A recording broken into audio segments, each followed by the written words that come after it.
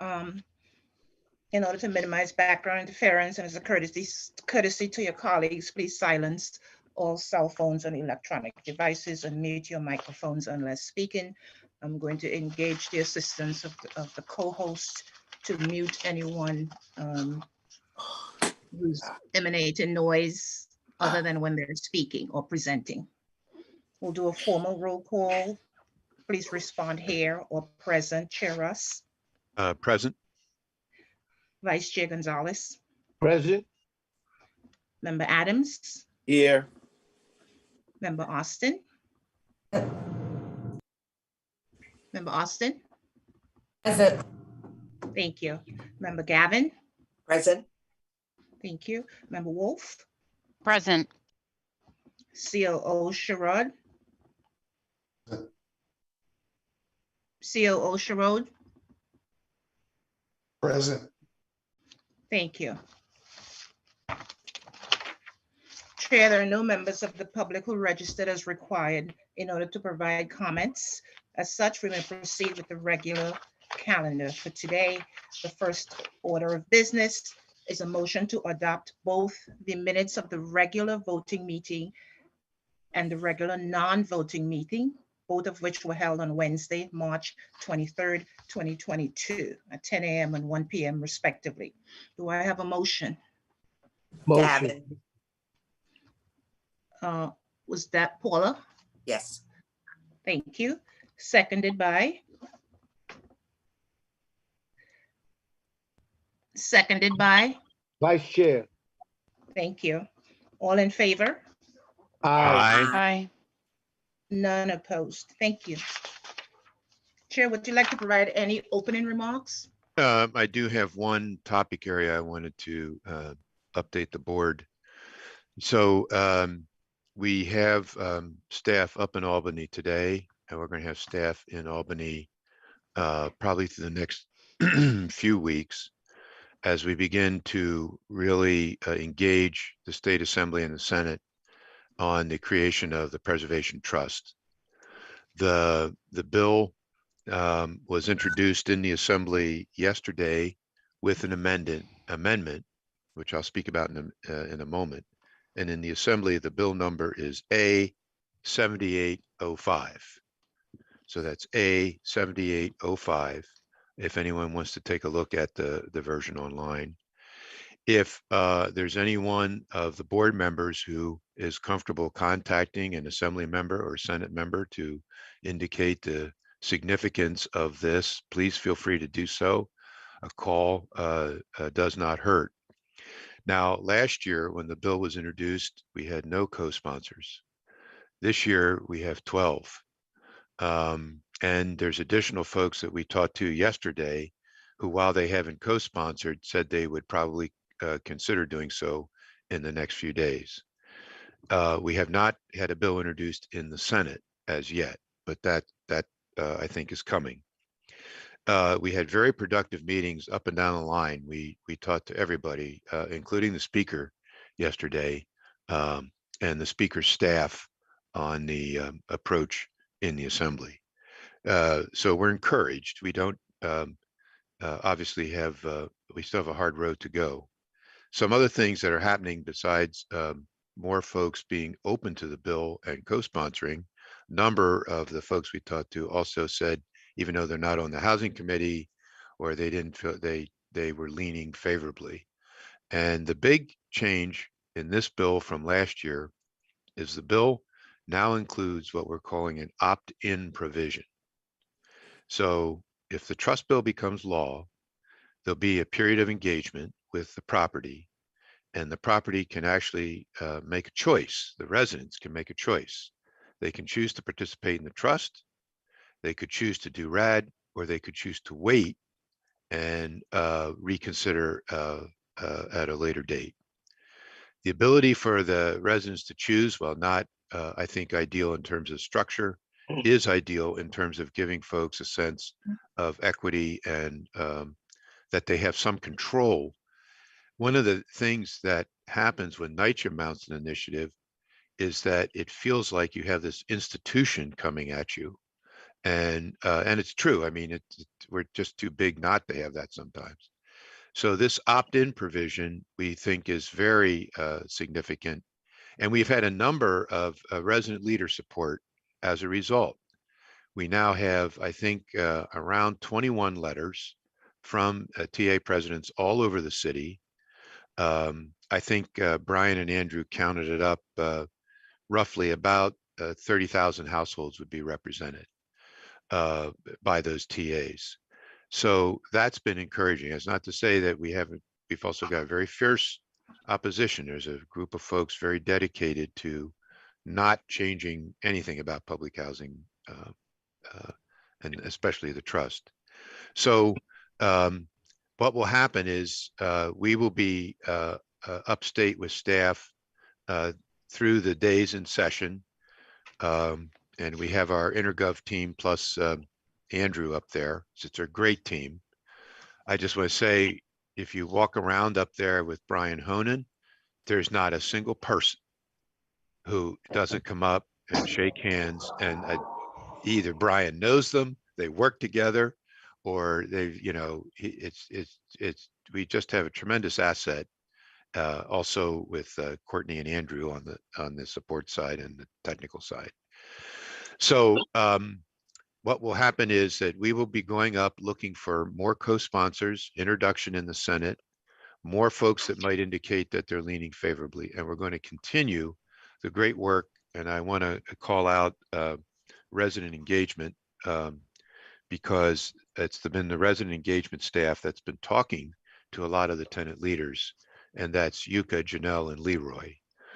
Many of you have worked with them in the past, and they've been doing a tremendous job in explaining to residents, what's going on in Albany, that they have the option to support it. I want to stress that.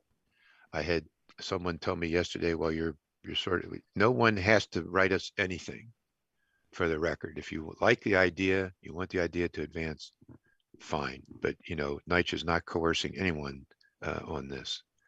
So we're encouraged. We have a 2-week sprint ahead of us. And then if there's likely movement, we'll see a legislative meeting of the Housing Committee in the Assembly and a counterpart in the Senate.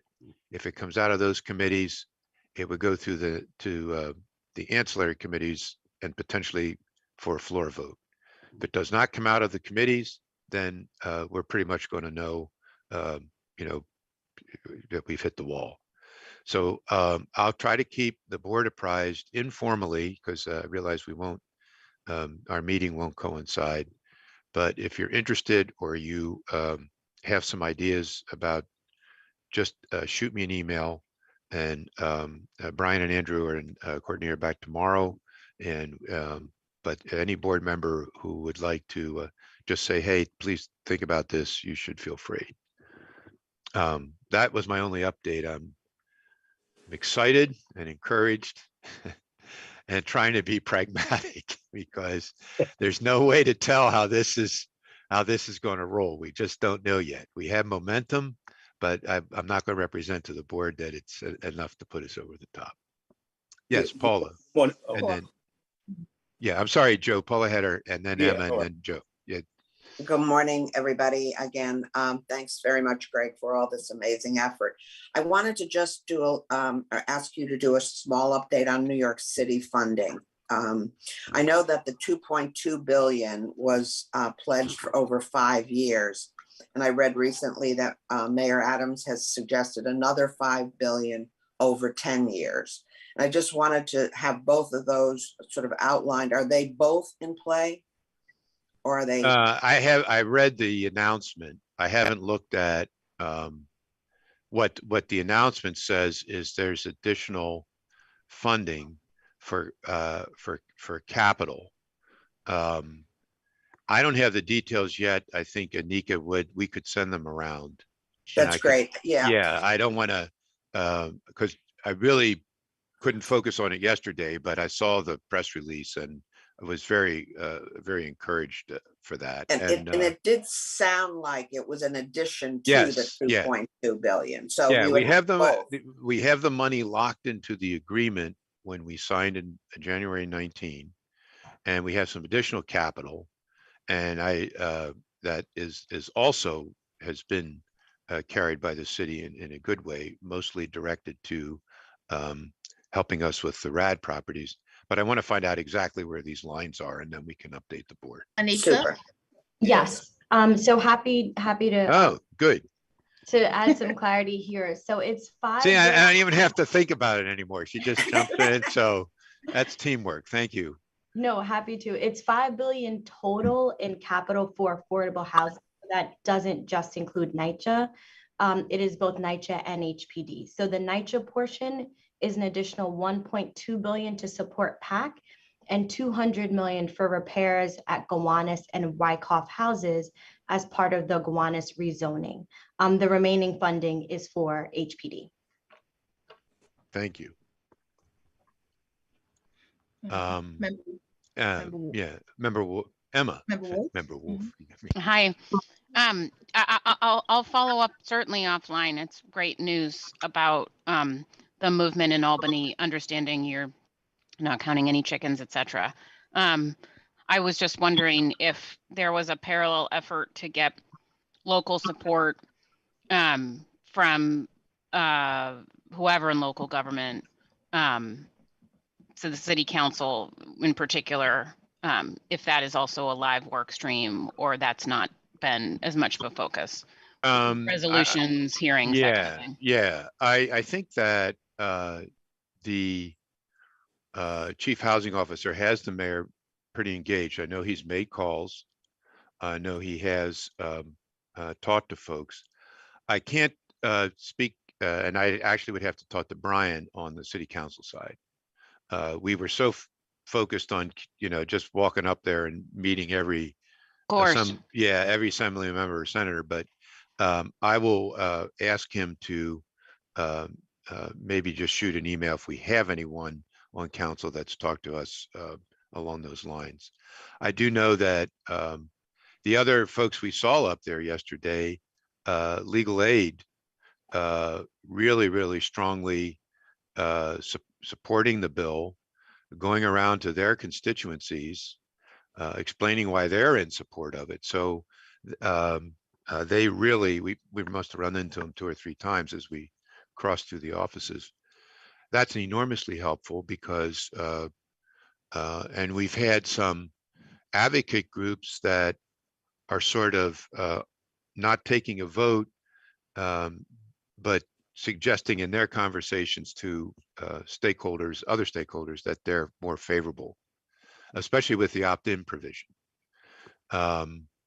And we have a 25,000 unit cap in the bill anyway, so we would have to go back to the legislature to do more than that.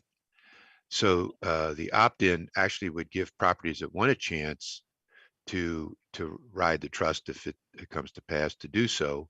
And I think that the combination of ingredients would give us, if we get the legislation passed, we would have our first 2 tranches, I think probably in about 6 to 9 months, which we'd be setting up the trust and doing all that, looking to 23 maybe to finally get a financial issuance out. But so that would be ideal. But I'll have Brian make a note, Emma, on the city engagement. That's great. And congrats to Brian and everyone. Yeah. Hello? Yes, Hello? Joe. Yeah, so great. 21 resident leaders and the percentage number that you gave, I'm not trying to rain on parade. That's a very small sample, because normally what happens is once you start engaging in conversation, especially with these political people, and it's on a media outlet, all of a sudden they come out with the people who, with the other 21% saying, well, they didn't agree to it. You know how this works. Yeah. So when you start out with something like this, and it's such a small sample size, you think comparatively you can give a sample size of those who didn't agree with it or feel differently? This way we can avoid that train wreck when they start that mess with oh, well, your 21 people, but we got 41 that say, you follow what I'm trying to say here? Yeah, I'm yeah. about to box with the yes and the no, or I know we don't want to project that doom. Well, I'm not, just to be clear, last year we had 6. So, but I don't want to leave you with the impression that we're not talking to anyone who wants to discuss the possibility of a letter. So in fact, we had 2 or 3 letters come in while we were up there in Albany. So I expect the number to get bigger. But to your point, we're going to approach everyone and see if they're interested in signing on. The other thing that's happened is folks now realize that Build Back Better just isn't going to go anywhere. And, you know, I think a lot of resident leaders, not all of them, all of us were kind of looking to that. But I understand what you're saying, Joe. And just to be clear, some of those folks are coming in key districts in the Housing Committee and others. For example, in the Speaker's own district, 3 of the resident leaders there, I think, or 4, I can't remember, have supported, are in support of it.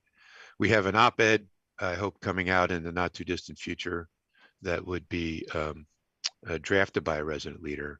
So we're mindful of that. It's not ideal, but we hope that number will grow to a fair number over the next couple of weeks as we ask people if they're interested in making a choice with us. So. Okay, and so with the funding conversation, about maybe 3-4 congressional leaders on the federal level got their discretionary money to do things in various districts. I believe I'm in the process of getting a link from Mr. Naller's office. It shows what congressional leaders did in their districts. I believe there was some development in Brooklyn that's getting $4 million for elevators. And I believe so. I don't know. It could be. There was earmarks this year.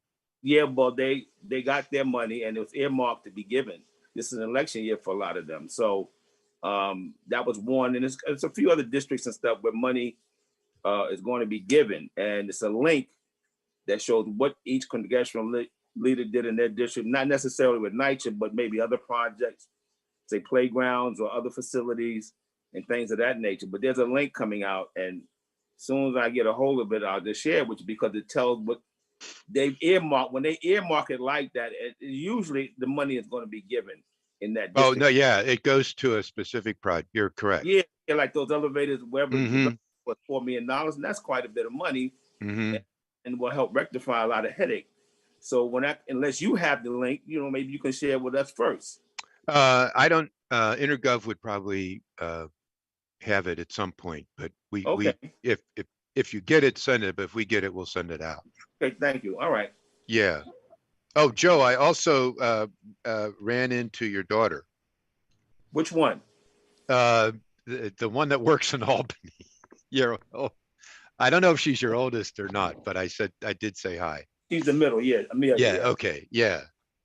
She. We chatted for a few minutes at the hotel, and I said, your pop's really proud of you. So. Okay, and good thing she didn't say anything else. But all right, thank you. No, I tried to keep. Yeah, I know you did. But I did. We were just sitting there, and we were just sitting in the area strategizing for the day, and she was there too. So. Hey, let me hide this 2x4. Okay, you can. Okay. All right. Vice Chair. Yes. Chair Rose, I know that we're concentrating in Albany with regards to the PAC RAD and all the things that we're currently doing. Now, I don't know how long most of our people are going to be up in Albany, but I know that the City Council Committee on Public Housing is holding a meeting, a hybrid meeting or hearing on RAD, yeah. And that's going to be on May 3rd. Are we going to be able to have? We'll have somebody testify. Yeah, we'll have someone testify.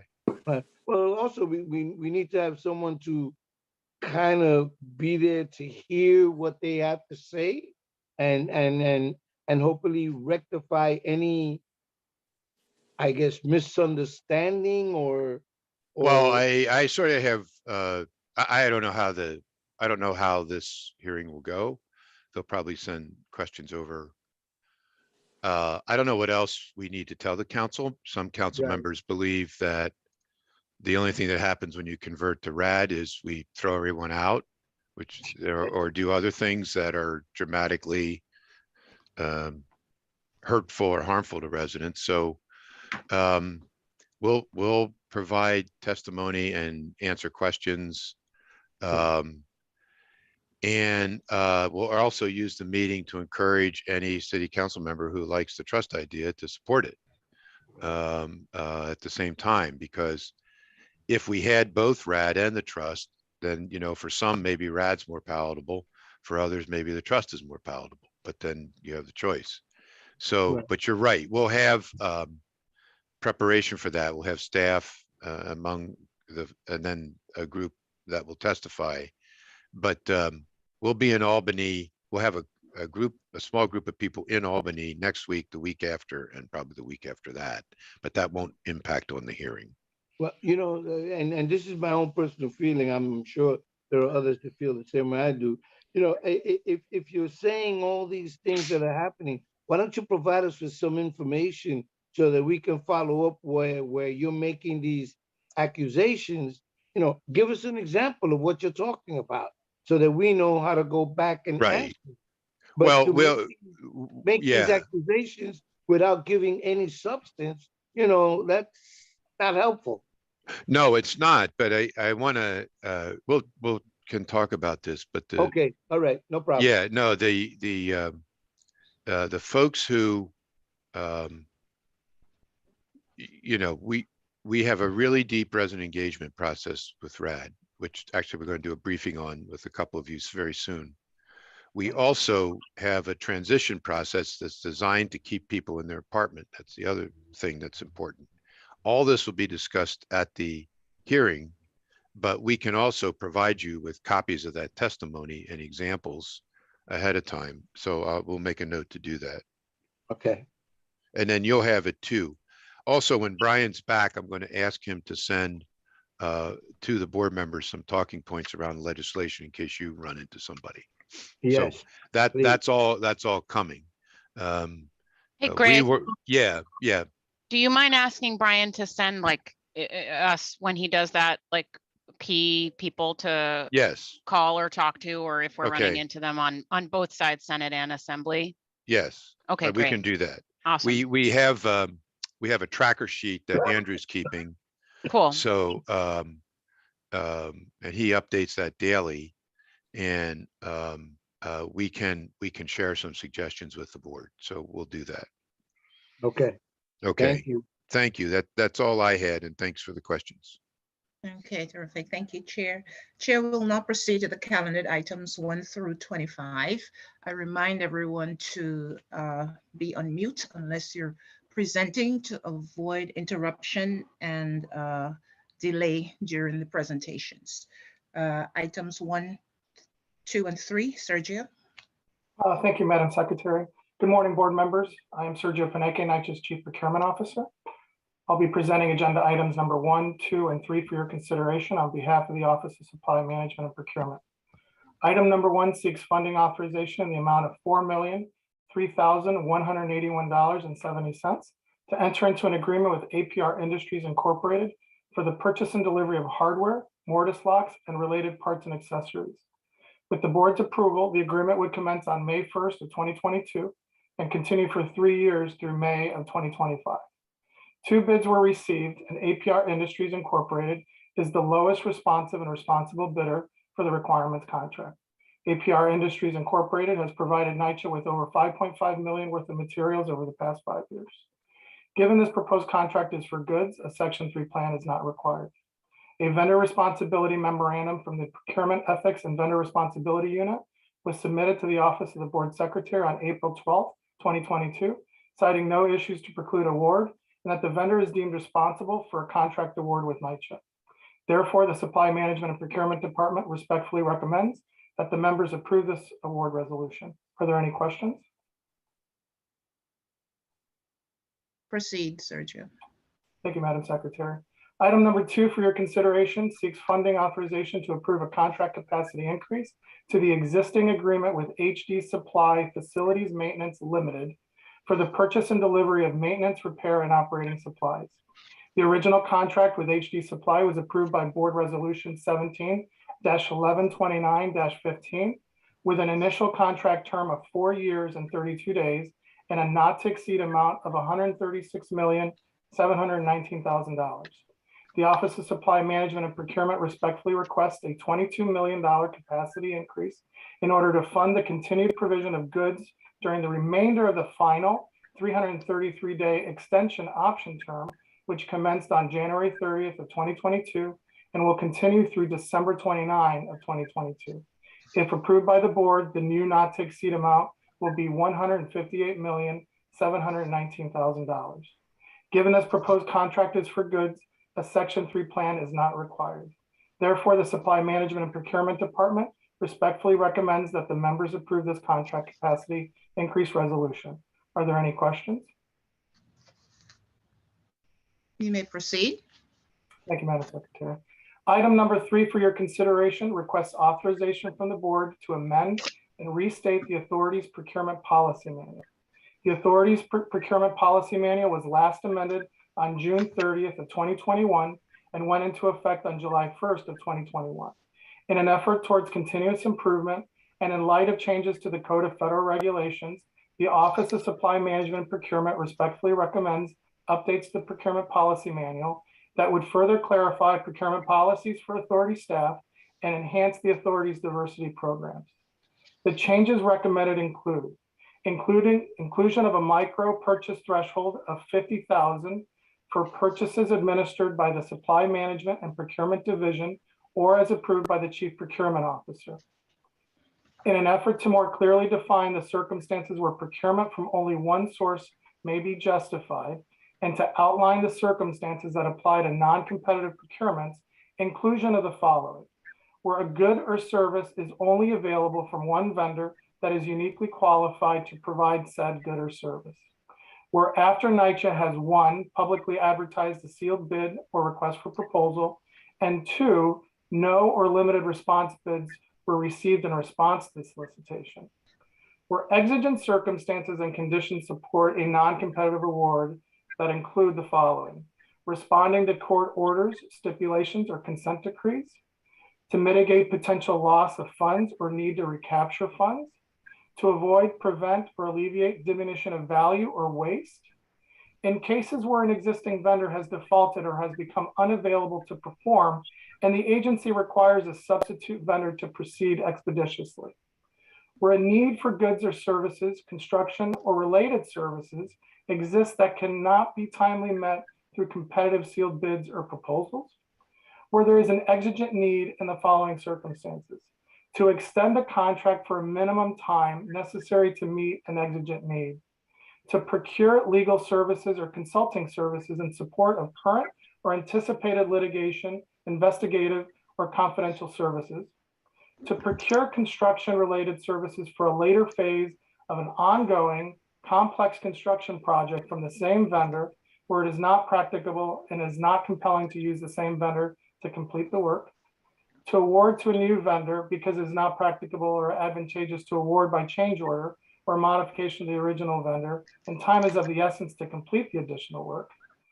And lastly, to procure additional work which is material in scope, but due to the circumstances, the advantages of negotiating with either the existing or limited number of other vendors clearly outweighs the disadvantages of a lack or restriction on competition. Other changes to the PPM include inclusion of the authority's MWBE subcontracting utilization policy for contracts above $250,000, 30% of which is the total value of the contracts to be subcontracted to New York City certified MWBE vendors. Inclusion of the authority's Section 3 business concern and MWBE first policy for micro and small purchases, where the policy would clearly state the preference to award to Section 3 business concerns and MWBEs over non-S3BCs and non-MWBEs. Inclusion of a policy provision to provide the Chief Procurement Officer with discretion to administratively rescind an award where if the Nycha board previously approved a contract and the vendor was subsequently found non-viable, the CPO is authorized with stated discretion to administratively rescind the award and proceed to the next lowest responsive and responsible bidder while the administrative rescission is pending ratification by the authorities board. Inclusion of the Nycha procurement board in the procurement policy manual. The procurement board is comprised of leadership across all of Nycha to promote a one Nycha approach to procurement governance and further promote inclusive continuous improvement of procurement and contract management at Nycha. And lastly, the inclusion of a reference to the authority's procurement ethics policy. These proposed amendments shall in no way invalidate, impair, or affect any actions taken pursuant to board resolutions in effect prior to this board resolution. Therefore, the Office of Supply Management and Procurement respectfully requests that the authority adopt the amended and restated procurement policy manual as the authority's new procurement policy effective May 1st of 2022. Thank you for your consideration, and may I answer any questions? Sergio. Oh, go ahead. Vice Chair. Go ahead, Joe. Yeah, Sergio, good morning. Do you Good morning, think sir. it would be feasible at some point in time that y'all could just put out a video to show the process of how these things work, like how you choose, I want to use simple terms, how you choose the hot dog stand over the ice cream truck and how it's rated, maybe just hold blank pieces of paper as examples to show how you'll come to these conclusions to actually use these people. You rate how you rate their licenses. I mean, I've been here a while and that part has not been, unless I missed that train, it's just not completely clear to me. I know that you're reinforcing the administrative scrutiny of how it is, but actually saying, you know, we're going to give this person a 6. We're going to give this person an 8. We're going to hold this license in lieu until we, I mean, just a nice long video. I'm a visual person, and just to explain the process and its transparency would be more clear to me. I'm interested in how y'all come to these conclusions to even pick these people. You know, some of them I think probably work out well, and there have been, you know, incidents where they have not worked out well. And so therefore, you know, it's not to say that the people making the decisions are faulty, but they are human beings, and sometimes things get past people. So if we can't have a gigantic meeting and all of us sitting in a big room, can you put out a video or something to walk us through it, you know, at some point in time? That would be helpful, at least for me. No, I can appreciate that, board member, and we'll work with the board secretary's office for that. I will mention that we do vendor trainings, and then we also do incorporate vendor QA and pre-bid meetings in all of our solicitations to really clearly articulate exactly what the process is going to be for the vendors to go through, and the importance of responsiveness to each of the items. And to the extent that they have any questions, there's a defined process for submitting their questions and those answers being publicly provided to all participants going forward. That is also a great you know, experience to see how you know, how we work with the vendor community and explaining the process in order to drive more and more competition and participation. But we'll work with the board secretary's office on your request, sir.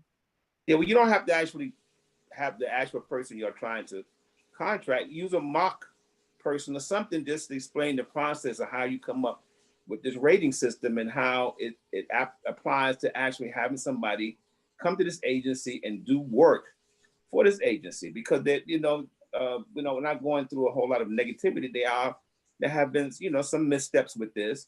Some things have slipped through, and I'm just curious, like who the people are, or what's the team, you know, on how that works. You know, I'm a person that lives in these residences, and it would be, you know, very transparent to me and very, you know, very informative to understand how you make the decision for me whether I should, you know, we should have a painter instead of, you know, a welder. I'm just giving, you know, just examples, and how they're picked, how the conversation goes, you know, and how these numbers are applied. That's still not clear to me. I'm sorry if I'm a little dense with this, but I still don't know how you come to these numbers and decisions. You know, you don't have to actually use the actual vendor. That would be a violation, I guess, of the process. But, you know, take us through a mock scenario. Like, it doesn't have to be a Steven Spielberg production, but it's as clear as possible. Thank you. Understood. Thank you, sir. All right, thank you. Vice Chair. Yes, Sergio, I just wanted to say, I saw what you're trying to do, and it's very commendable, but there was a lot of reading to do.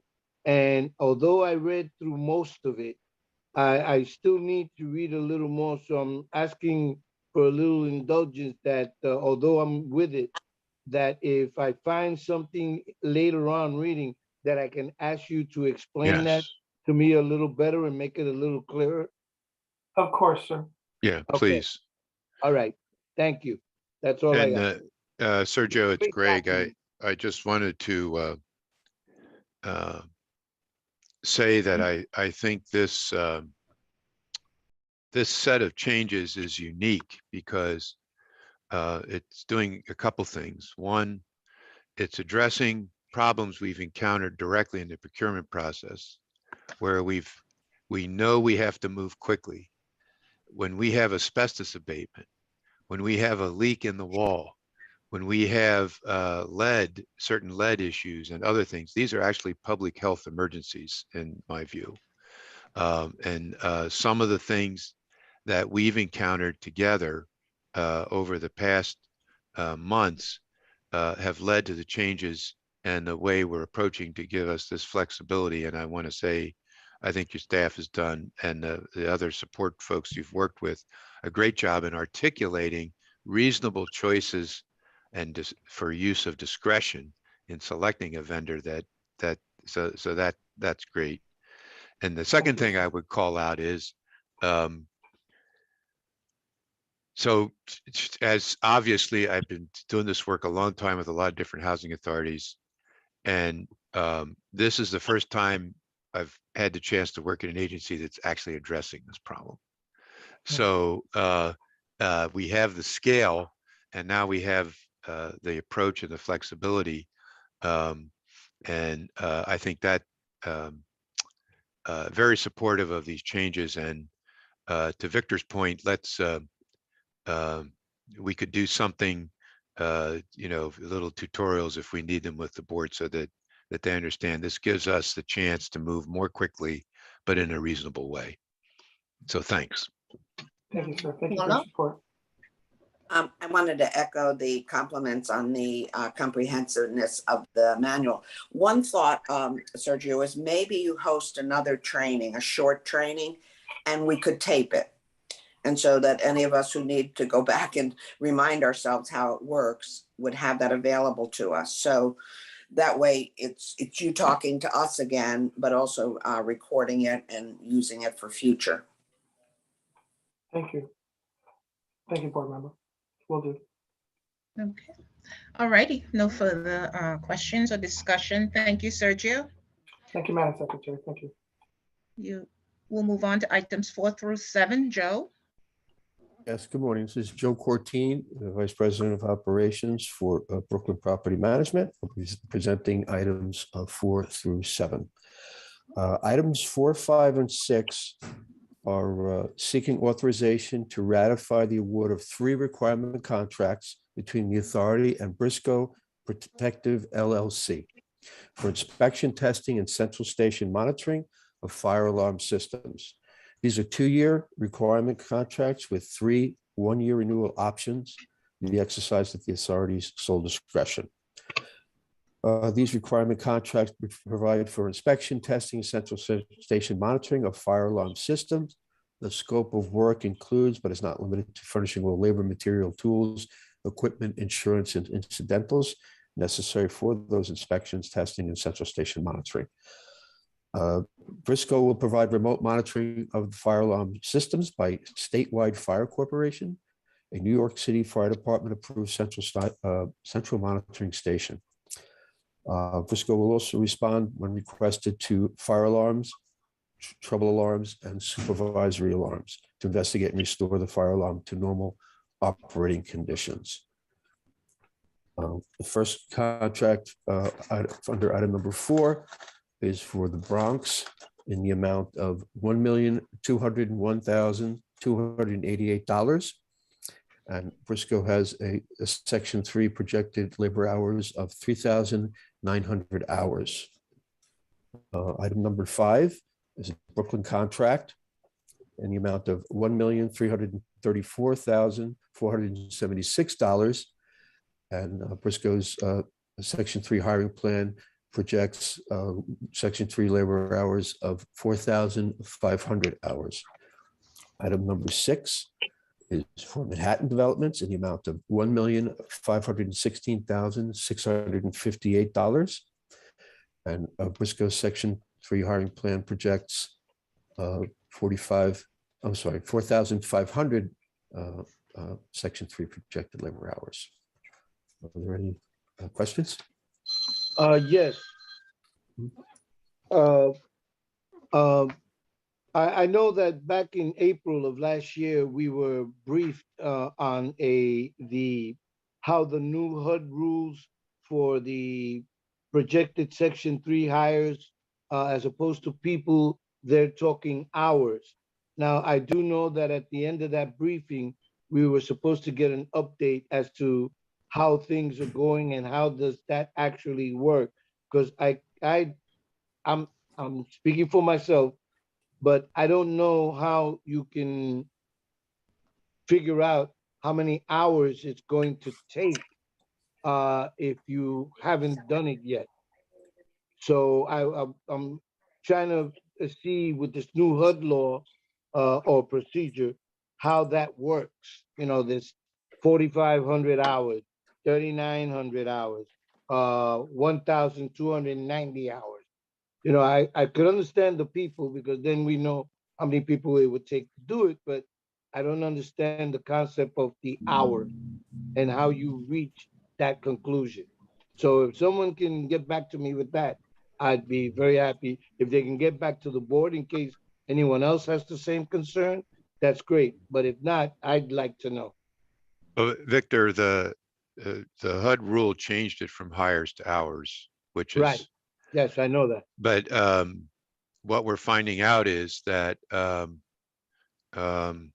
even HUD is kind of thinking about this, because for us to do hours, it requires payroll. Right. And then in addition, if it's a Section 3 person, we have to validate that the person, one, was income eligible at the time they were brought on, and then work those hours.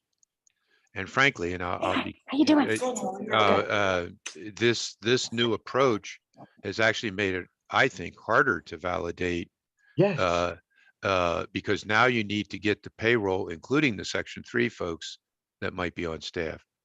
Correct. I'm talking with compliance. We'll be talking with Sergio on how we're going to go about trying to comply with this. We have a number of ideas, but I think one of the things HUD is starting to realize is they've really added a whole extra level of, it's not just, did we hire Victor, for the roof replacement job?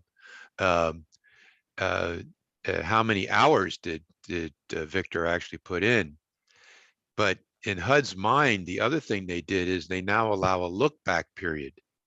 So if Victor got hired 3 years ago as a Section 3 person and is still on the payroll, you count now for the next job that might be in front of us.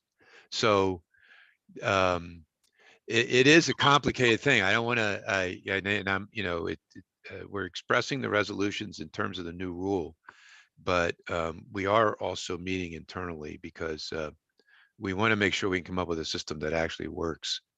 We've given this feedback to HUD too at times. So, but I don't think anyone really knows nationally how this is really going to play out in the long run. But we'll provide an update to the board when we have a practice that we can share, reliably share. Please, thank you. Thank you very Yeah, much. sure. No problem. And meantime, the board should ask through Vilma's office if you have questions. Okay. Please do. If you see something and you think of it, and we can get it to Sergio and he can get us a response if it's on the procurement front end. Okay. Thank you very much. Thanks. Okay. Joe? Item number 7 is requesting authorization for approval for a contract capacity increase to requirement contract awarded to Simcoe Enterprises Corporation for janitorial, general cleaning, and debris removal of move out and fire damage apartments. This is an initial with an initial 2-year term with a 1-year renewal option to increase the not to exceed amount for the remainder of this 2-year term. And the contract is not limited to finishing all labor, materials, equipment, insurance, and incidentals required for the janitorial, general cleaning, and debris removal. This contract is for Manhattan various developments in the amount of $1,512,891.81. 83 cents. This is Simcoe is a minority-owned business, and Simcoe indicated on their Section 3 hiring plan that they estimate that the Section 3 projected labor hours are 1,250 hours. Any questions on this item? Joe, this is minor. You said 81 cents. It's 83, correct? Oh, I'm sorry. Yes, 83 cents. Sorry Okay, about that. thank Thank you. you. No questions, Joe? Thank you. Okay, thank you. All righty. Moving on to items 8 and 22. Dan, before Dan's presentation, he will first move into the record the quarterly temporary suspension report on mold and ventilation related contracts. This report was previously provided to the board, and I just remind everyone else to please mute your microphones. Thank you. Dan? Thank you. Thank you. This is Daniel Green, Senior Vice President for Healthy Homes. So first, I am calling into the record for the Office of Mold Assessment and Remediation, the quarterly temporary suspension report on mold and ventilation related contracts. Okay, thank you. Proceed. Very good. So good morning, board members. I'm going to begin this morning with item number 8, which is an action for contract modification to increase the capacity of a contract of a vendor named New York Environmental Systems. They are a vendor that performs abatement of vinyl asbestos floor tile in accordance with DEP asbestos in New York State Department of Labor and EPA asbestos regulations. Their existing contract was for the dollar amount of $6,047,871.40. And we are seeking an increase of 100% of the contract to $6 million, by another $6,047,871.40. This contract is critical to our ongoing work in our apartments in order to maintain compliance with the very strict DEP asbestos regulations, which require the abatement of vinyl asbestos floor tile when it is going to be disturbed. Much of this work occurs in the course of move-outs, where if the floors are damaged and they contain asbestos, we must abate the entire apartment. So we seek approval of this increase, and thank you very much. No questions. Please proceed to 22. Thank you very much. This is an item to extend the dollar amount and the time for a contract with AirTech Environmental Corp. AirTech had a contract for $3 million. We are seeking an increase by another $3 million and the extension for the contract to January 4th, 2022. AirTech is performing under an IDIQ contract to perform XRF testing of our developments, similar to the contracts that I presented last month. We are currently performing lead inspections or XRF inspections at our child under 6 apartments where there is approximately 32,000. We are doing this in order to test at the new city standard of 0.5 micrograms per square centimeter, which was enacted by HPD on December 1st, 2021. And therefore, services of AirTech are critical to continuing the performance of this testing. No questions. Thank you, Dan. Thank you. Thank you. We'll now proceed to items 9 through 13. Patty. Good afternoon, everyone, or good morning. I apologize. I think I'm having issues with my camera, so I'm very sorry. But if that's okay, I'll just proceed with my camera off. I apologize. No, please proceed. We can see you. Oh, okay, then never mind. All right then. Good morning. I'm Patty Bayros. I'm the Chief Information Officer at Nycha. I'm presenting on behalf of the Information Technology Department, and I'll be presenting items 9 to 13 for your consideration today. Item number 9 is a request to enter into an agreement with Universal Technologies, LLC, for the Hitachi Storage Area Network System, or SAN, for the period starting May 1st, 2022 through April 30th, 2027. This new agreement with Universal is for a total not to exceed amount of $4,503,122.77 and will provide the authority with continual SAN infrastructure maintenance, services, and parts for the next 5 years. It was procured via a competitive solicitation using the New York State OGS Hitachi Vantara contract, and selection was based upon lowest price. In an effort to support business continuity, the IT department is in the process of upgrading our storage systems. The updated storage system will provide greater resiliency through an alternate data center site and provide hardware systems and services in order to support our critical applications and databases in the event of a data center failure. If an issue occurs at a site and causes the unavailability of the authority's data center and systems, the new system will automatically switch to the alternate data center site.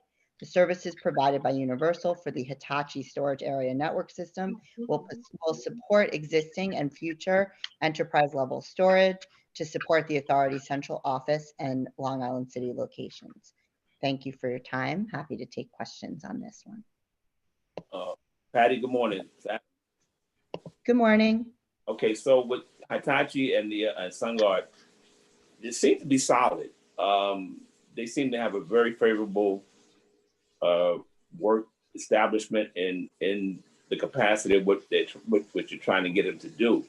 I'm not sure how the other services that we use will hold up in getting information transferred for them to hold, but they seem to be fairly solid, and the paperwork on the resolution seems to be pretty solid too. But anything that I read about them, hopefully, I guess at some point in time it will help make the other ends that need to be held together better, but they seem to be pretty solid on this one. That's all. Good, thank you. I agree. We've had good success with those products and vendors. Patty, you may proceed.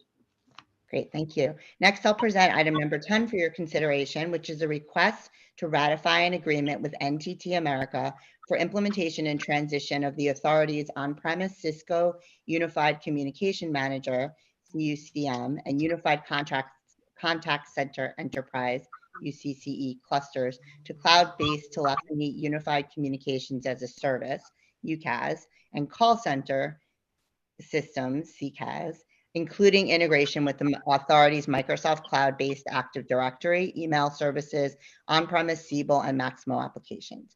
The agreement totals $11 million, $214,225, and spans a 5-year term commencing on April 1st, 2022, and continuing through March 31st, 2027. This agreement is for products and services to convert the authority's current on-premise voice over internet protocol, or VoIP, telephony system and interactive voice response system, or IVR, to subscription-based cloud services. This will improve support for ongoing business functions and new initiatives, ensuring the authority receives the latest updates, new application releases, support for voice and IVR systems, and future cloud hosting of voice-based applications. NTT will provide licenses and assist in the management of resources to implement and support the new cloud-based solutions. This service was procured by a competitive RFP advertised in the city record. 5 vendors responded, with 1 eliminated due to failure to provide the minimum requirements. An evaluation team of 7 members evaluated the proposals and selected NTT based on 5 predefined selection criteria. I'm happy to take questions. Patty Adams, good morning again. Good So morning. Patty, Cisco is widely known for its very reasonable price in this field, but they, along with their with that good part of it is that they're deemed to be not at high speed capacity as some of the other services. So along with the other issues that we've discussed, I'm not sure, I'm not trying to set policy. I'm just saying if an agency like this needs a high capacity speed to at peak time to get the information from point A to point B, Cisco does not seem to be, as far as their price, this doesn't seem to be the hook to get the other services that we're using to run at, you know, the high capacity. Like I said, I'm not trying to set policy. It's just from what I research. If I read something that says that it works and it's, you know, like I just told you previously, then it works. But this Cisco and the other the ones that we've talked about before just don't seem to hit that ball out of the park, especially at high peak times. And Well, that's my opinion, and I stand by that. Great. Well, thank you very much for that observation. I would be more than happy to talk more with our team on the details. I will say that this is a cloud-based solution that is different than our current on-prem. And one of the advantages of cloud-based solution is the elasticity of capacity, which means basically that at high peak times, we're able to more rapidly provision extensible services. So, you know, I would definitely be interested in talking more and understanding, you know, your research, but I do think that we feel confident in the cloud-based approach because it will allow us to be more flexible without having to provision additional hardware on premise. And we feel confident that this is going to allow us to address peak surges, you know, more effectively. Well, Patty, do you think it would be possible that someone from your entity go out in the field or do a Zoom meeting to have feedback from them? Because people are reluctant to call in and use their name. I just happen to have access to people that I've been talking to on the phone for years when I call in as a resident, and sometimes they share things, and they're very, very reluctant to call in or even keep complaining to supervisors about the capacity of how things slow down or whatever the case may be. Maybe y'all could, I'm not trying to be funny, maybe y'all can take some donuts and coffee and just have conversations with people that do the work every day. That's where the issue is. Yeah, actually, I'm very happy for that suggestion, and I'm happy to say that we have actually started a program in IT. We've been going out to multiple developments a month, and we've had some really great interactions. We followed some workers around. We participate in the on-site monitoring program with compliance, and we've had some really great experiences where we've been able to actually, you know, help people on demand. And so we will be doing more and more of that, and absolutely committed to talking to people hands-on. And it's, you know, I've been out a couple of times, but also just our staff on the ground who can, you know, just work with people and address concerns. Sometimes there are things we can fix that we didn't know about, and sometimes it's really just kind of hearing feedback from people and working with vendors and others to improve experience. But I absolutely hear you, and it's something that we have already started doing and will be doing a lot more of. Okay, terrific. Let's move on to item 11. Excuse me, I just have I'm sorry. I just have a further suggestion, Patty. I understand that this system is very intricate, but it addresses many of the issues that we have. my suggestion would be that when these things that are not working happen, if someone calls it to the attention at that point in time, then it'd be easier to address the concern as opposed to waiting to a later date and then clump it in with any other concerns that are there.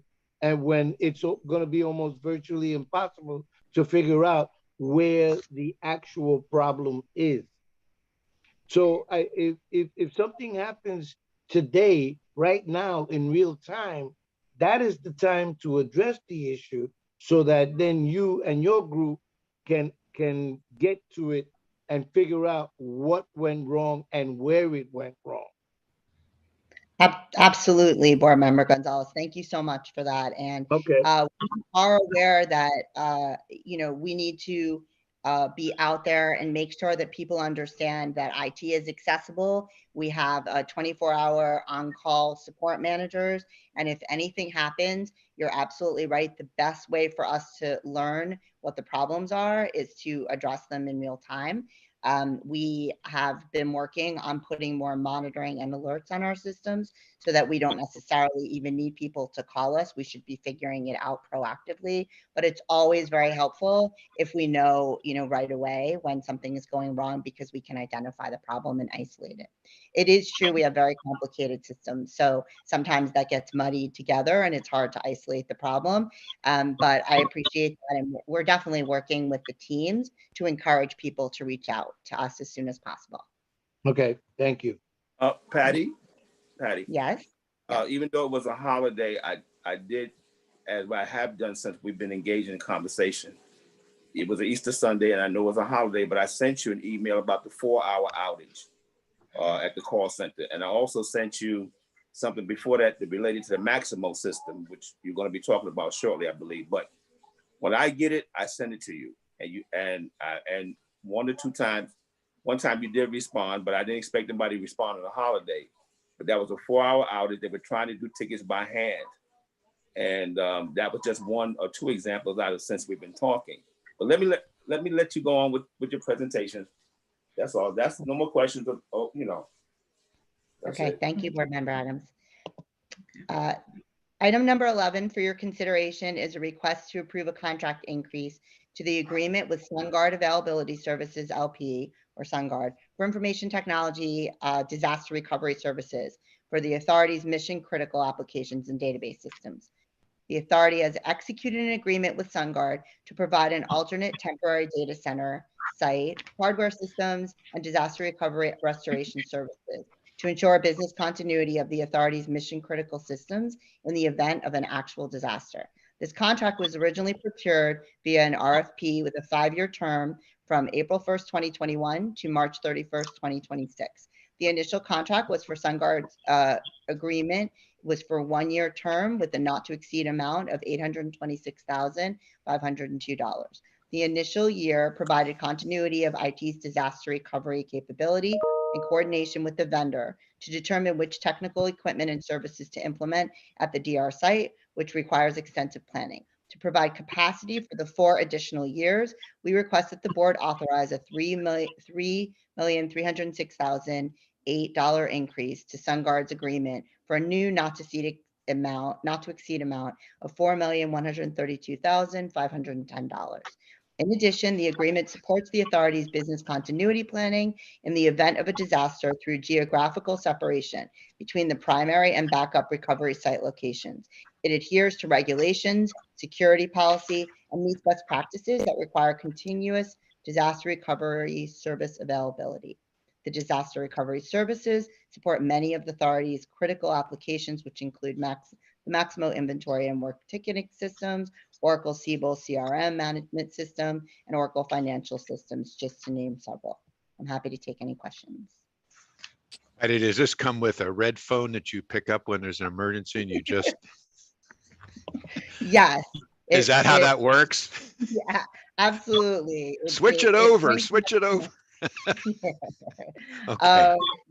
Yes, we have actually a great collaboration with them, and there's No, this is, and they have us they have us set up remotely away and we could operate from that location if our That's right. locations here were compromised. So that's it. That's the right. idea. So that's, Okay, they have one site in New Jersey and one site in Pennsylvania. And those are set up in the event of a longer term Great. disaster. Okay, Yeah. great. Thank you. Thank you. Item number 12. Okay, thanks. Item number 12 for your consideration is a request to increase the contract capacity of the agreement with Cablevision Lightpath for internet circuits and services for the period of May 25th, 2019 through May 14th, 2024.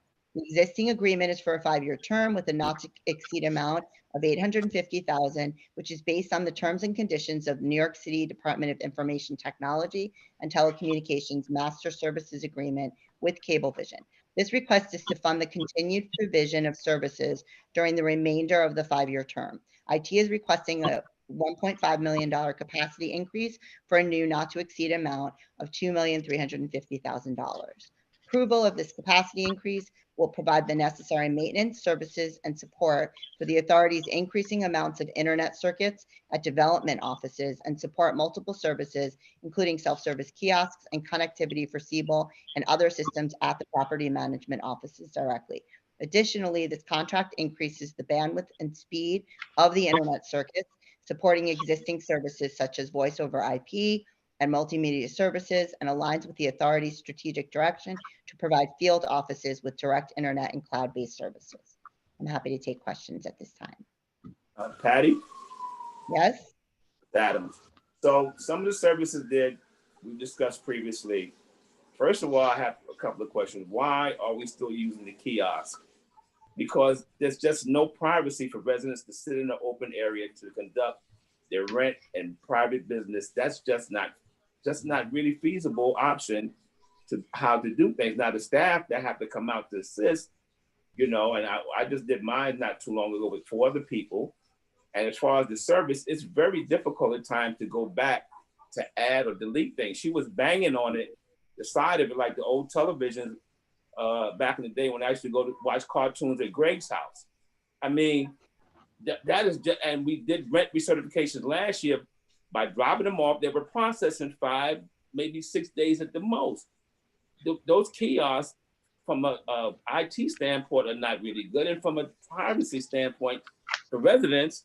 As a matter of fact, I made a slight mistake, which I had to go back to correct, because you got 6 or 8 people standing in line nearly on top of you trying to use that. Now, Maximo, I sent you an email about Maximo. There was an outage, and I sent it to you right away, letting you know, and the person was nice enough to identify that it was Maximo Systems. And I think you're responsible. I'll get back to you on it. I don't think it would be a response after that. If it did, I missed it. I apologize. But these systems at high peak times, and some of them are just not feasible to use anymore, like these kiosks. And I'm going to stand by that point. I mean, if you can process rent in 5 days by dropping it off, and the management needs to call you in, why are we standing in line in an open, in a still somewhat pandemic, trying to process our rents in a lobby? That's basically what we're trying to do here. Why? So thanks, Board Member Adams. So a couple of things. We are still using them. They do, I can get you usage statistics. They are highly utilized across many developments. They are, demonstrating value to many of our residents. In terms of privacy, I know that you've raised that, and I have a couple of comments on that. One is that I believe in your particular development, we have piloted privacy screens. I could be mistaken, so I'll get back to you. But I know in a couple of developments, we've installed privacy screens with the collaboration with the vendor to try to address that. Additionally, there is a new version of the kiosk, which we have been starting to upgrade to, that has enhanced features and also comes with a privacy screen built in. We have already installed those in a couple of locations, and we are going to be phasing those in over the next couple of years across all of the developments. So it is something that we're very attentive to. I'm aware of that. Additionally, we've been working with the vendor to get enhanced training. So another round of training for people out at the property management offices, so that people who may need some additional assistance. We have folks in the property management offices that can assist. And additionally, we are, as I mentioned earlier, making a concerted effort to have more IT staff support on site at the properties. So we'll be making sure that people are more comfortable in supporting the use of the kiosk for residents who do want to use them. I understand they're not for everybody, but there are some residents who enjoy having them. Well, good luck to them. I have no more questions. We can move on. Okay, thank you. Yeah. My final item is item number 13, which I'm presenting for your consideration. It is a request to increase the contract capacity of the agreement with Stellar Services, Inc., or Stellar, for field support services and on-demand IT services for the period from February 1st, 2019 through January 31st, 2024. The existing agreement with Stellar is for a 3-year term and 2 one-year renewal options with a not to exceed amount of $807,212.74. The IT department requests a contract capacity increase of $800,000 for a new not to exceed amount of $1,607,212.74 in order to maintain support through the remaining 2 years of the contract and to keep up with the increased need for desktop and device support at the central office and the development sites. The authority field support services and on-demand IT services are critically needed to support the central and field office staff, including property managers, property maintenance supervisors, assistant property maintenance supervisors, skilled trades, and maintenance workers. Currently, the authority supports over 6,500 desktop computers located throughout the 5 boroughs. Approval for this contract capacity increase with Stellar will provide the necessary support for the continually growing authority's business computer needs, including regular maintenance, repairs, moves, and on-site support personnel. Thank you. Happy to take questions on this one. Patty, this is Paula. Patty, thanks for the great resolutions and explanations. I just thought it would be helpful for you to review how this service interfaces with our staff and how we are ensured that we find out troubles from them so that we can be analyzing them like other troubles from other of our own staff. In other words, how does this interface work with our current staff? Great question. Thank you, Board Member Gavin.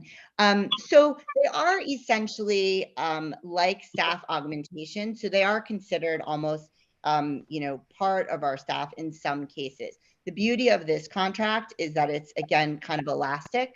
So when we have an expansion of needs due to a particular deployment, let's say, or a particular effort, we can expand our needs without having to go through and hire additional permanent staff. So when there's a surge in a need to provide, let's say, changing in equipment, or there are different types of needs where it demands additional support, we can expand the number of people we have. We obviously are supporting all the different developments, and we have actually a pretty small desktop and device management full-time team. And so for the number of devices that we need to support, it's helpful to have this as we need it. Frank Cavallari is the person who's in charge of this team, and he does a really great job of integrating the full-time staff who are assigned to this function, as well as kind of surge support from this particular vendor based on certain projects or certain efforts or certain needs.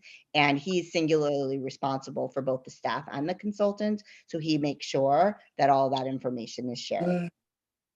Excellent. Thank you. Thank you. Are you on number 12? I 13. am on number 13. Oh, okay. So I missed my opportunity. All right. Patty? Patty? Yeah. Okay, Vice Chair, I'm sorry, Vice Chair, do you have Patty is still here? Do you have a question on item 12? Well, the only thing that I have with regards to item 12 is that, and I know I mentioned this before, but I just want to reiterate the concern that in the future, when trying to do something of this type, to ensure that whoever we do get to do the work, that it encompasses everything that needs to be done as opposed to having to go to yet another company to get the rest of it done. For example, it says in addition to Telco partnership, DB does business at Verizon, that they haven't added secure cloud internet services to their MSA. So you had to procure multiple gigabyte internet circuits from Altice Cablevision in order to support the high-speed connection. So what I'm saying is my suggestion in the future, try to find a company that encompasses all the work. And this way, I think we might save some money. It's an excellent observation, Vice Chair. In this particular example, the citywide Department of Technology and Telecommunications has issued master services agreement that expedites our procurement process, and it is actually on them where they negotiate with these various providers. And even if a provider offers certain services, they're not always included in the MSA, and then it's not available for us to use that vendor. I agree with you. Economies of scale would suggest that if we use one vendor, we could save money holistically. But in some cases, just the procurement vehicles restrict us from doing that. So in this case, we had to go to Altice Cablevision. But I definitely agree with you, and where that's possible, we will aim to do that. Okay, thank you. Thank you. Patty Adams. So Hello. the gentleman previous that was doing these presentations stated that there's a staff of 10 people on IT to respond to these situations. Is that like 10 people for all 5 boroughs? I want to understand this. You have 10 people who have to respond to every borough where there's an IT problem, and there's only 10 people on staff to do that? Or did I misunderstand him? So thank you for your question, Board Member Adams. So it's not 10 people to respond to all IT problems across all of the boroughs. Particularly, he was referring to our desktop team. So the team that would go out and support desktops. And it is true that there are 10 people on that team that are full-time staff.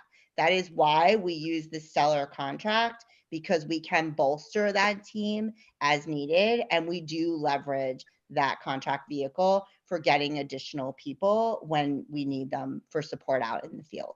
But obviously the rest of our team often supports other types of things. So for example, if there is a problem with Siebel out in the boroughs, those 10 people wouldn't be the 10 people. Those wouldn't be the people that would respond to that type of issue. He was probably specifically referring to fixing desktops when there are issues.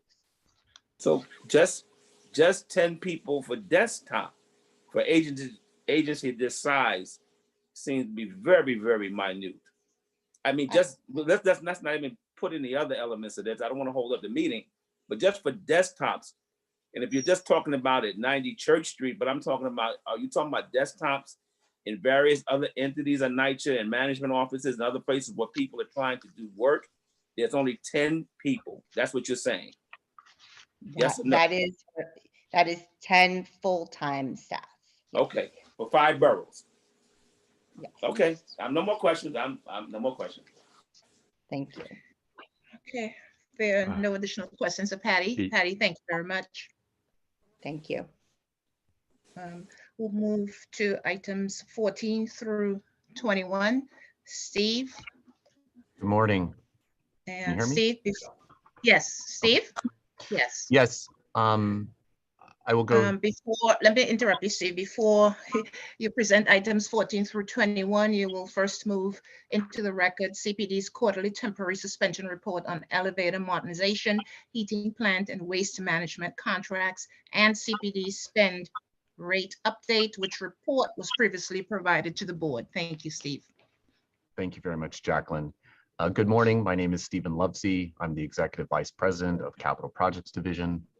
As Jacqueline just stated, Capital Projects Division has submitted 4 quarterly reports to be included into the board record. This is the expenditure rate for December, January, February, and March, and updated required for the temporary suspensions on elevators, heating, and waste management. There are no questions on that. I will continue to our board resolutions 14 through 21 for your consideration. Steve, before you begin, I'm going to again request that anyone who has a television or anything on where they are, please mute your microphones. Thank you, Steve. Please proceed. Thank you, Jacqueline. Board item number 14.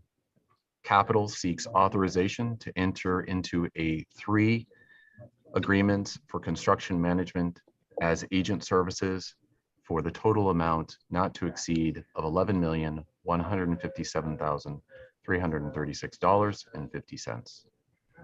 The CM services as agent is to provide the authority with critical assistance in managing and executing projects at the Capital Projects Division.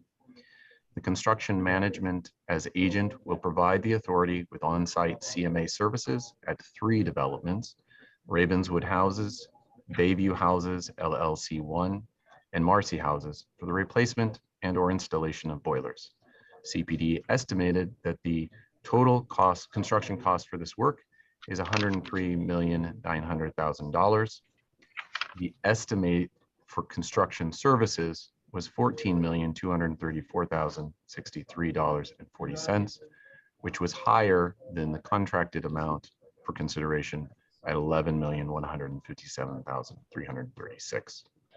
16 firms submitted proposals, one of which was deemed unresponsive as no documentations were attached to the submittal. There was an RFP Evaluation Committee consisting of 5 representatives from Capital Projects Division, a representative from Supply Management, and a person from Procurement Department who were non-voting members. Based on technical evaluations, 3 firms were selected. 1, STB Construction, contract number 2200926 for Bayview Houses LLC. Arcadis of New York, contract number 2200925 for Marcy Houses, and J. Shapiro, contract number 2200924 for Ravenswood Houses. STV estimates 4,000 hours of Section 3. Arcadis estimates 6,981 hours for Section 3 hires, and Shapiro estimates 11,594 hours for Section 3. Vendor name checks were requested for Arcadis on December 20th, 2021, STB on March 3rd, 2022, and Shapiro on March 3rd, 2022. Each of these VNCs are still pending. There will be no award to a firm until the VNC is issued and vetted by the Procurement, Ethics, and Vendor Responsibility Department, who finds no issue to preclude the award. If there are no questions on board item number 14, I will move on to board item number 15. Proceed. Capital Projects Division seeks authorization to negotiate into a future customer project commitment, or a CPC, with the New York Power Authority of the State of New York, or NYPA, for energy efficient heating plant replacements and other energy efficient measures pursuant to the terms of our Master Cost Recovery Agreement, MCRA, for an amount not to exceed of $250 million over a 10-year period. NYPA provides support for projects with a goal of reducing energy consumption in government buildings, which includes the expertise of design, installation, financing, and energy distribution. On September 15th, 2021, the authority entered into a MCRA with NYPA, like a master agreement, for various energy service projects. As part of that MCRA, NYPA would identify and implement energy efficiency and clean energy projects. As per the MRCA, the authority and NYPA can enter into one or more CPCs for projects undertaken as part of the MRCA, each of which will state the specific terms and conditions applicable to such a project, kind of like a task order. Pursuant to the terms of this MRCA, CPD seeks authorization to negotiate future CPDs with a total value of not to exceed 250 million over a 10-year period as described by the document. Based on this, in 2022, CPD is going to anticipate executing a CPC for the purchase of up to 24,000 new window-mounted cold climate heat pumps. This is part of the authority's Clean Heat for All initiative, and the program, which is being undertaken in a partnership with NYPA and the New York State Energy Research and Development Authority, NYSERDA, challenges heating and ventilation and air conditioning manufacturers to develop a new heating device that would dramatically reduce the cost of converting buildings to electrical heat. This is accomplished through bulk purchasing, purchase orders issued by NYPA for a unit that best meets the RFP, which was released on December 2021. It is estimated that CPD will need approximately $72 million of capacity for purchasing these materials through that CPC. Given that anticipated work, we request board approval for the authorization to negotiate various CPCs with NYPA pursuant to the 2021 MRCA. And if there are no questions, I will move on to board item number 16. Yeah. There are no questions, Steve, but just for the record, it's MCRA, Master Cost Recovery Agreement. Thank you very much.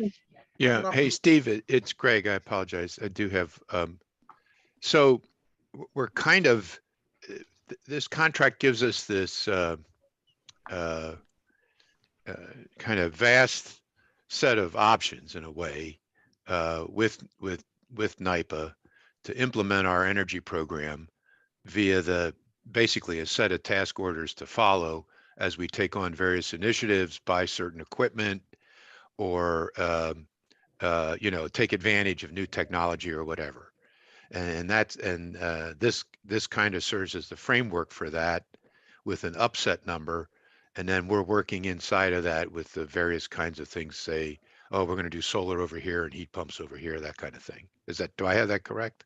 Very much so. The MCRA is that master agreement, that master contract, and right. CPCs are their kind of task orders associated to that. Okay. We have one. So we've done a number of work with NYPA. We have one current CPC with them. As you mentioned, this was for distributed energy resources and solar generation backup. The other work that we've done with NYPA fell under the previous MOU. But you're absolutely right. This is a master contract, and then we can go and get task orders to do energy savings projects. Great, thank you. If there are no further questions, I will move on to board item number 16. Yes.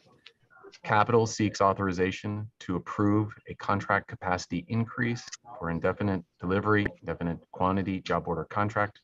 This is for electrical work. Pursuant to board resolution 20. Yes. Excuse me, Steve.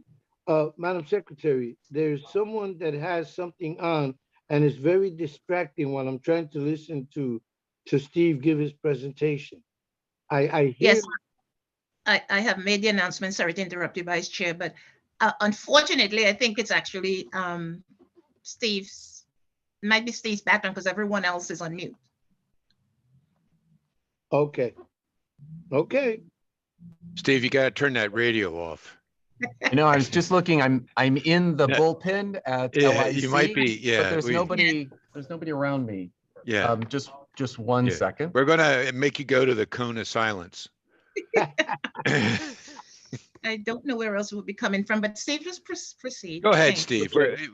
I don't hear it as much now myself, but I did hear it before, Victor. Right.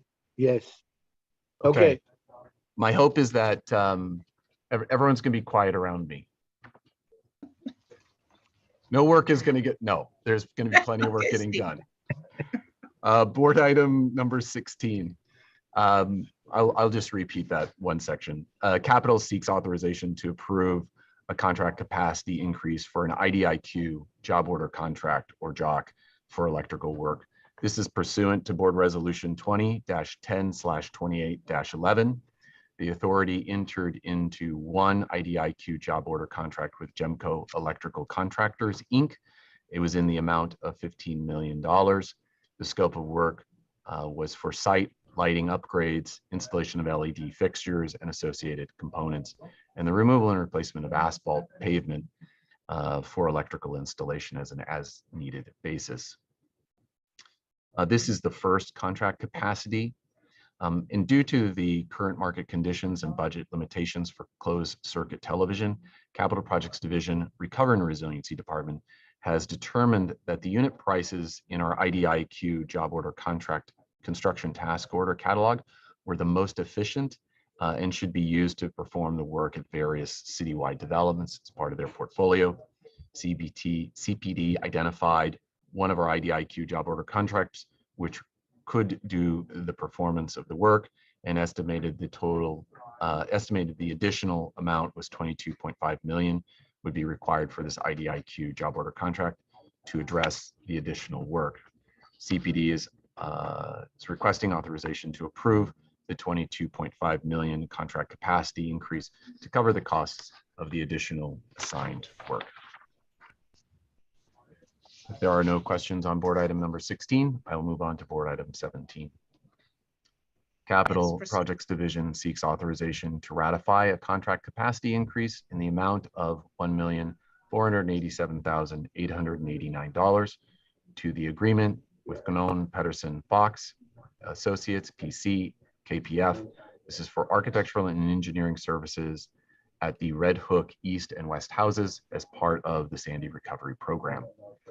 Pursuant to Board Resolution 15-2/25-12, the authority entered into an agreement with KPF for A&E services, including design, procurement, construction, and post-construction phase.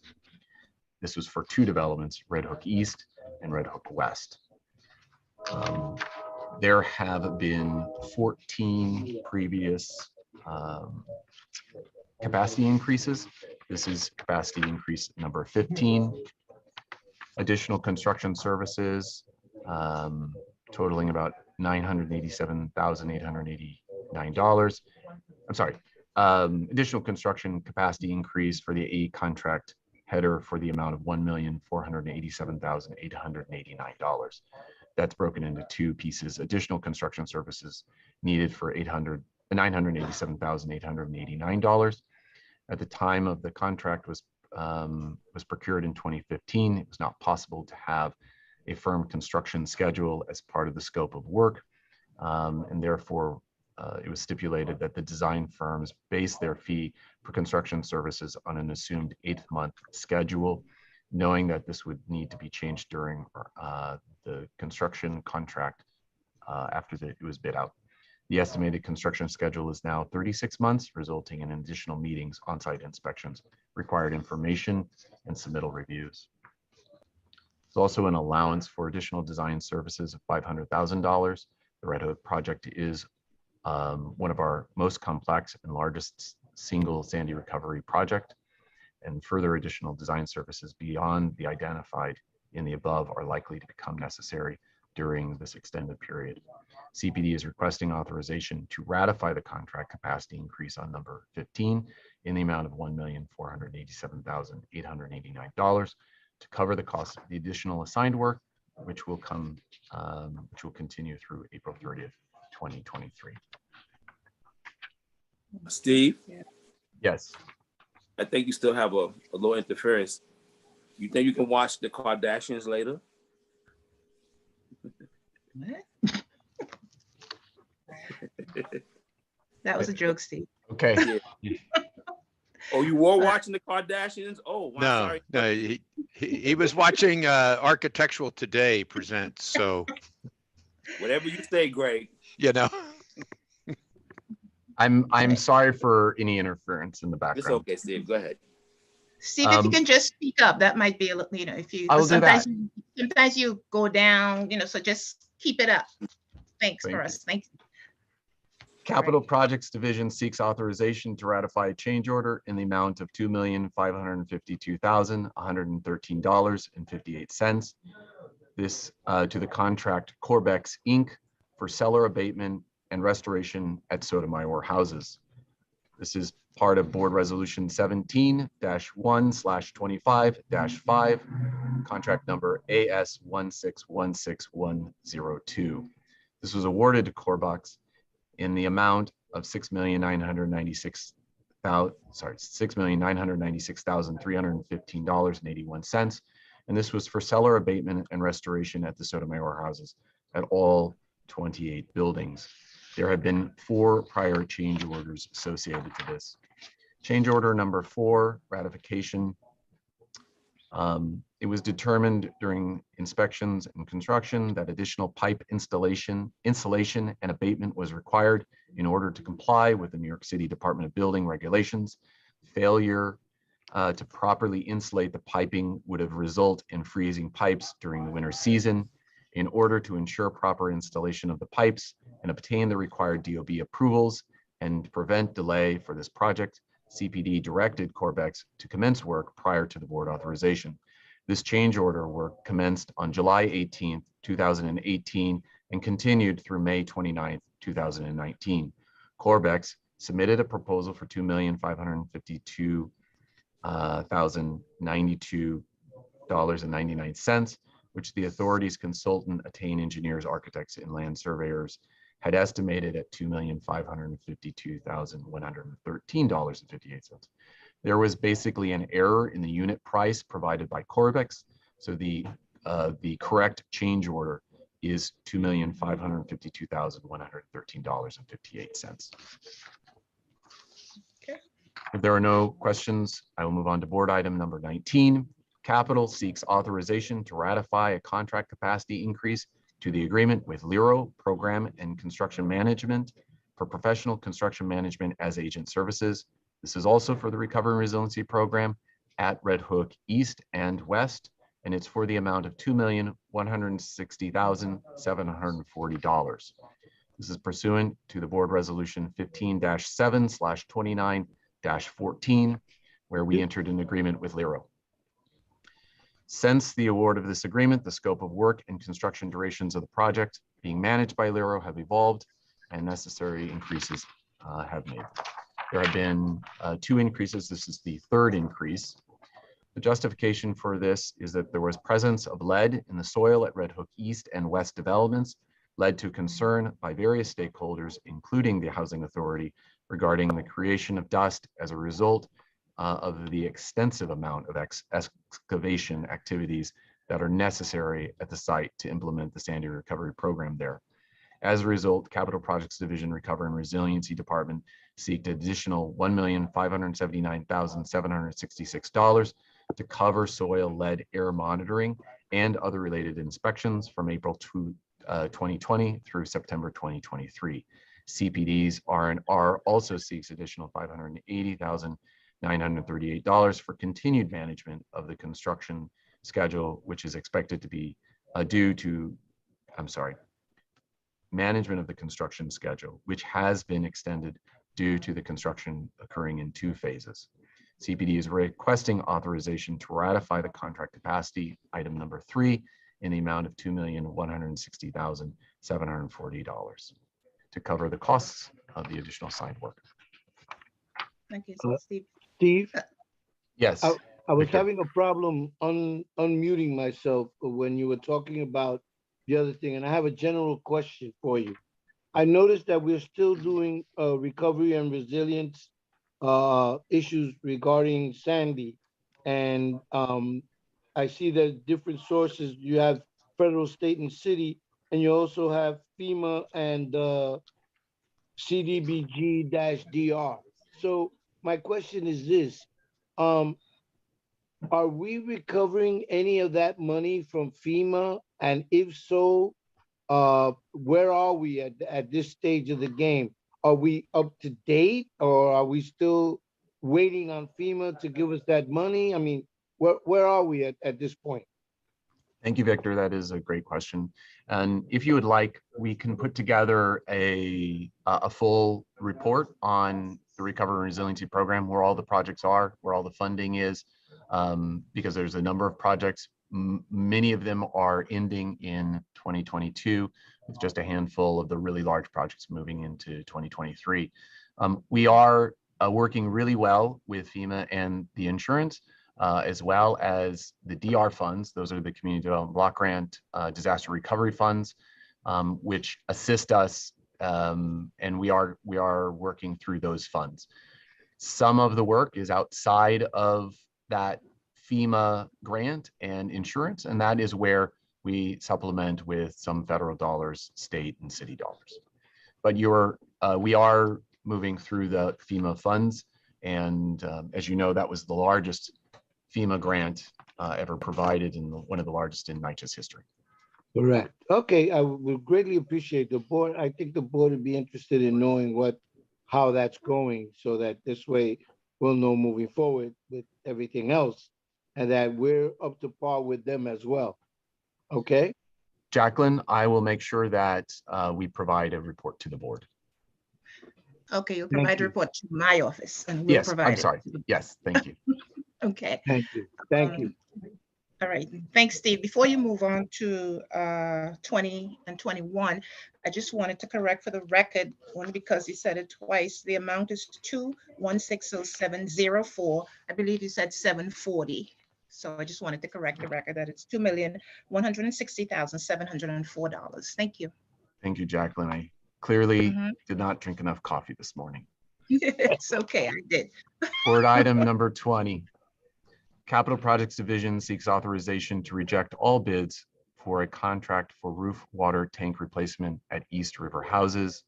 There were 2 bid proposals were received for this contract.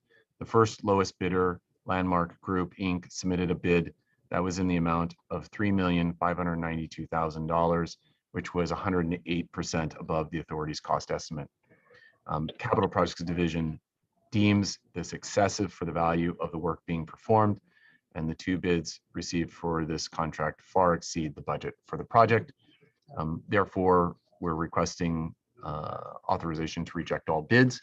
We are reevaluating this and seeing if we can do this under a different procurement model and or do additional outreach to contractors. Board item number 20, Capital seeks authorization to reject all bids for a contract for roof water tank replacement at Vevort Houses. The authority received 2 bid proposals. The first lowest bid, OCS Industries Inc., submitted a bid for the amount of $6,073,910, which was 180% above the authority's cost estimate. Capital Projects Division deemed this excessive for the value of the work being performed, and the 2 bids received for the contract far exceeded our budget on this project. CPD is also requesting authorization to reject all bids, and we will look at other procurement opportunities as well as vendor outreach. If there are no questions on those board items, that was the last board item for Capital Projects Division, and this was my last board presentation, as Friday is my last day at the Housing Authority. I want to quickly thank the board secretary and all of the staff who make board meetings seem so effortless.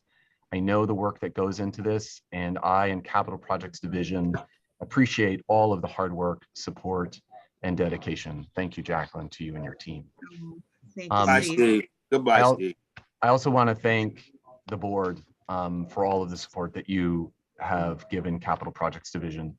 And without your backing, we could not achieve the unprecedented accomplishments over the past 3 years. I mean, we've gone from lobbying for design build legislation to 19 design build projects totaling $4 million, the largest heat pump program in the Northeast conversion, Nycha's first electrification conversion project, as well as the first residential pneumatic system, waste system in the US since 1975.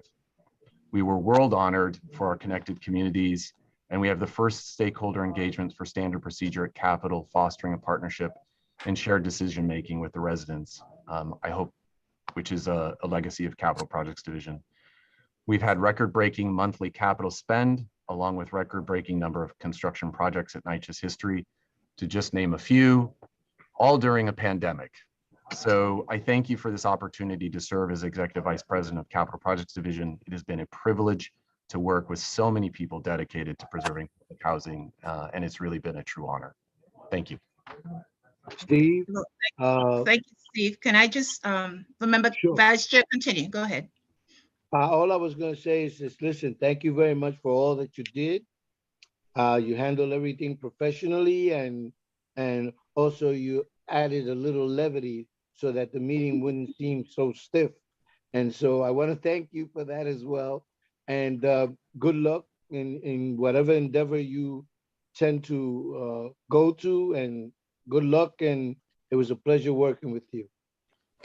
Yes, and Thank you, Steve. I'm going to add my thanks with a round of applause for you. Thank you so much. Thank you. Yay, Steve. Stay, Steve. Thank you, Steve. Yes, Board Member Adams. Yeah, listen, I want to say thank you for coming out to our development and helping with that issue and the other issues. And, you know, you remind me of the guy at Coney Island, the guy who get the teddy bear, have you spend $50, but he gives you an extra, one anyway, you know? Thank you for your help and the way you simplify things from a hot dog roll to a hot dog. And that's been very helpful, especially for me. Thank you. Yes. Well, it's been an honor. Thank you very much. So Hey, Steve, Steve, go ahead. may I? Yes, please, go ahead. Steve, I just wanted to quickly thank you for your great work ethic, your enthusiasm, and your extensive knowledge in the areas that you covered for us. Much appreciated. Wishing you the best of luck in your future endeavors, and I know you will do well. And Steve, I just wanted to say thank you so much for stepping in the way you did, for putting up with the constant discussions I wanted to hold with you on design choices, for introducing us to other new ideas, and for just being available to talk over everything from what material a countertop should be to how we should approach the architecture and the investments in our buildings through the capital program. It's been a great pleasure to be working with you. So thank you so much. Thank you. That concludes capital. Thank you, Steve. Much appreciated. Before we get to 23 through 25, let the record reflect that the following reports: quarterly, the Office of Mold Assessment and Remediation quarterly temporary suspension report on mold and ventilation related contracts, and CPD's quarterly temporary suspension reports on elevator modernization, heating plant, and waste management contracts, and CPD spend rate update are hereby incorporated into and made a part of the record. Items 23 to 25, Josephine Bartlett.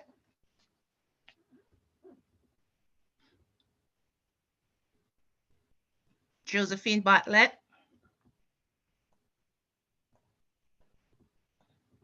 Can you hear me? I had to call in. Yes. Okay. Having some issues with my desktop, but hi everyone. This is Josie Bartlett. I'm the director over at Pest Control, and we are requesting authorization for IDIQ for the first lowest responsive bidder, which is First Response. This is a minimum contract of $50,000, max $3 million. This bidder has an approved section 3 of 5.55 hours, and the scope, which will be the same for the following two contracts as well, is for integrated pest management. So this just isn't pesticides, but HEPA vacuums, caulking, exclusion. So the scope includes labor, materials, equipment for rodents, as well as insects for development wide.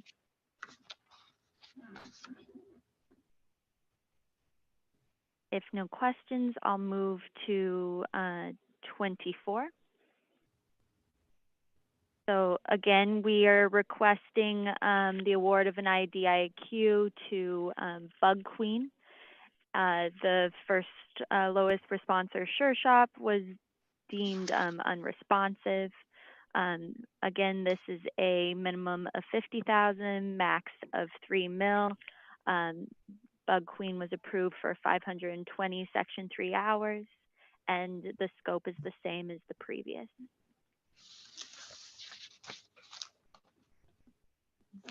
I'll move on to 25, which again, we're asking authorization for an IDQ for the lowest responsive and responsible bidder, which is Avalon Exterminating Company. Again, this is citywide, and min 50,000, max 3 mil. They have 3,120 Section 3 hours, and the scope again is the same as the previous two. I just have one question. I don't know if it's relevant, but why did we only use first response for 2 out of the 3? Why couldn't we go with all 3 for that particular company? What is the difference in 24 as opposed to 23 and 25? It really helps our operations to have a diversity of vendors. We're doing integrated pest management, which requires the vendor to do a lot of work that isn't always intuitive for exterminators. It is what our Nycha exterminators are doing, but we're asking for HEPA vacuum, caulking, sealing holes, really looking for the root cause of the issue. So if one vendor is able to operate at a higher level, this gives us options to be able to pivot and use the vendor that's doing the better job. I see. So you just want to have a diverse type of grouping when it comes to pest control. Okay. All right. Exactly. Thank you. Okay. If there are no further questions on 23 through 25, thank you, Josephine. Madam Secretary. Member Adams. Yes, I will be abstaining my vote on items. You want to tell the items? Which item numbers? 10, Yes. 12, and 13. Okay. That's it. 10, 12, and 13. Yes, ma'am. Okay. Thank you so much. That will be noted for the record. Chair, 25 items were presented for board approval. May I have a motion to approve the 25 items with a notation on the record that Member Adams abstained from items 10, 12, and 13. Austin. Thank you, Member Austin. Seconded by? Gavin, I'm sorry. Board Member Gavin. Thank you. All in favor? Aye. None opposed. Thank you very much, Chair. Being that all matters before the board today have been addressed, may I have a motion to adjourn this meeting? Vice Chair. Thank you. Seconded by? Austin. Thank you. All in favor? Aye. Aye. And none are opposed. Thank you so much. The recorded end time for this meeting is 11:55 a.m. Thank you all. The next Nycha board meeting is scheduled for Wednesday, May 25th, 2022 at 10 a.m. Continue to stay safe, everyone. Have a great day. Thank you Thank so you. much. Take care. Thank All right.